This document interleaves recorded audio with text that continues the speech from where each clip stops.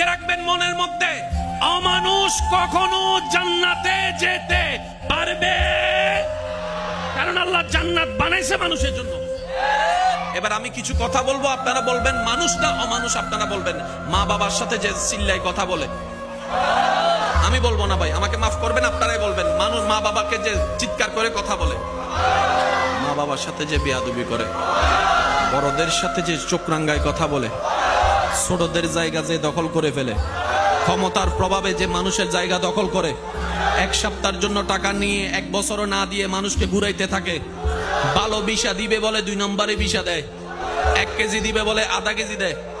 আমি শুনি না, আওয়াজটা আরো বড় করে দেন না। যে সুদের সাথে আছে, যে ঘুষের সাথে আছে, যে বউকে পিটায়, যে স্বামীর সাথে বেইমানি করে, যে শাশুড়িকে কষ্ট দেয়, আরো জোরে বলেন। যে মানুষের রাস্তা বন্ধ করে, যে মানুষের পানি বন্ধ করে দেয়, যে মানুষকে অত্যাচার করে, যে মানুষের উপর জুলুম করে, যে মানুষের সাথে বেয়াদবি করে, এই সমস্ত বাটপারি আমাদের ভিতর আছে না নাই?